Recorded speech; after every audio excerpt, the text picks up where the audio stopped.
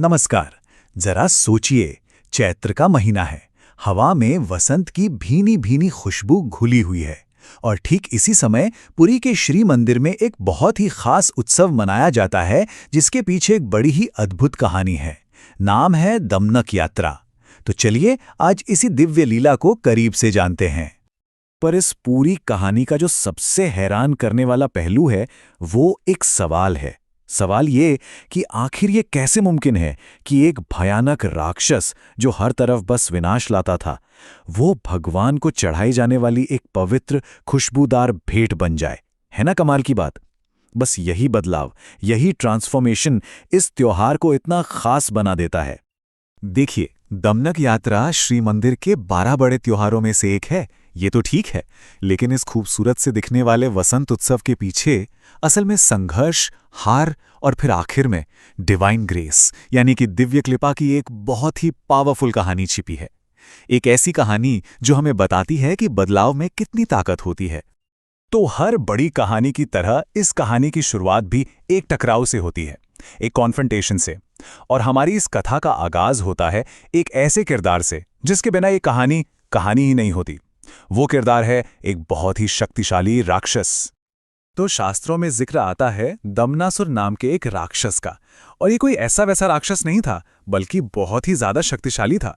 कहते हैं उसकी ताकत इतनी बढ़ चुकी थी कि वो तीनों लोकों के लिए, मतलब स्वर्ग, पृथ्वी और पाताल, सबके लिए एक बहुत बड़ा खतरा बन गया था। उसके आतंक से सचमुच हर कोई परेशान हो चुका था। तो अब देखिए, यहां पर दो बिल्कुल ऑपोजिट शक्तियां आमने सामने थी। एक तरफ दमनासुर जो विनाश का, अहंकार का प्रतीक था, और दूसरी तरफ भगवान विष्णु जो इस पूरी सृष्टि के पालक हैं, द प्रिजर्वर। अब जाहिर सी बात है, जब ऐसी दो ताकतें टकराएंगी तो फिर संघर्ष तो होना ही था, वो तो तय था। और फिर वो घड़ी आ ही गई जब इस टकराव का अंत हुआ। लेकिन रुकिए, दमनासुर का अंत कोई मामूली मौत नहीं थी। नहीं, उसकी हार का वो पल असल में एक चमत्कार का पल बन गया। एक ऐसा चमत्कारी बदलाव जिसके बारे में किसी ने सोचा तक नहीं होगा।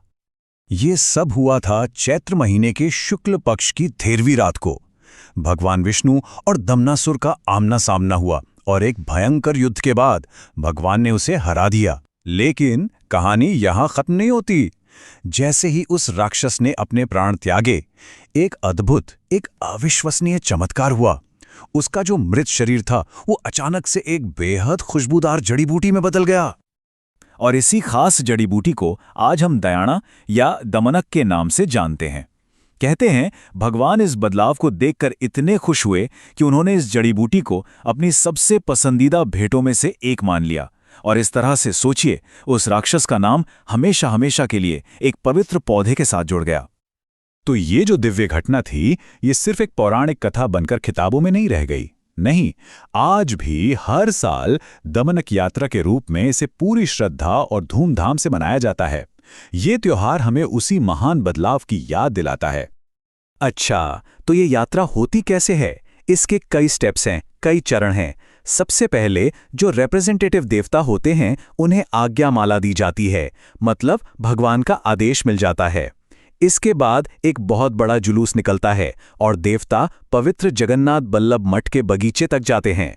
वहां पहुंचकर खास पूजा पाठ के साथ पवित्र दयाना के पौधे को लिया जाता है। फिर बड़े ही जश्न के साथ उसे वापस श्री मंदिर लाया जाता है। और आखिर में चतुर्दशी के दिन यही पवित्र जड़ी बूटी भगवान जगन्नाथ, भगवान बलभद्र और देवी सुभद्रा को अर्पण की जाती है। तो सवाल उठता है कि इस पूरी यात्रा का भक्तों के लिए क्या मतलब है, इसका क्या महत्व है? तो शास्त्र हमें बताते हैं कि इस त्योहार में हिस्सा लेना या सिर्फ इसके दर्शन कर लेना भी बहुत गहरे आध्यात्मिक फायदे देता है। ऐसी मान्यता है कि जो भी भक्त इस यात्रा में शामिल होते हैं, उन्हें हर तरह के पाप और बीमारियों से छुटकारा मिलता है। यही नहीं, उन्हें अपने दुश्मनों पर जीत हासिल होती है और वो सभी सांसारिक सुख भी पाते हैं। और सबसे बड़ी बात, अंत में उन्हें भगवान के दिव्य धाम यानी वैकुंठ में जगह मिलती है। ये बात सिर्फ मान्यता नहीं है, शास्त्रों में साफ साफ लिखा है कि जो इस यात्रा के साक्षी बनते हैं, वे सभी सांसारिक सुखों को प्राप्त करते हैं और अंत में भगवान के दिव्य धाम में पहुंचते हैं। ये लाइन अपने आप में इस त्योहार के आध्यात्मिक महत्व और इसकी जबरदस्त शक्ति को बयां करती है। तो आखिर में ये कहानी हमें एक बहुत गहरे सवाल के साथ छोड़ जाती है। एक भयानक राक्षस का एक पवित्र खुशबूदार भेंट में बदल जाना, ये हमें ईश्वर की कृपा, उनकी ग्रेस की असीम शक्ति के बारे में क्या सिखाता है? शायद यही कि एक दिव्य स्पर्श से सबसे अंधकारमय, सबसे नकारात्मक चीज भी रोशनी और पवित्रता में बदल सकती है। जय जगन्नाथ।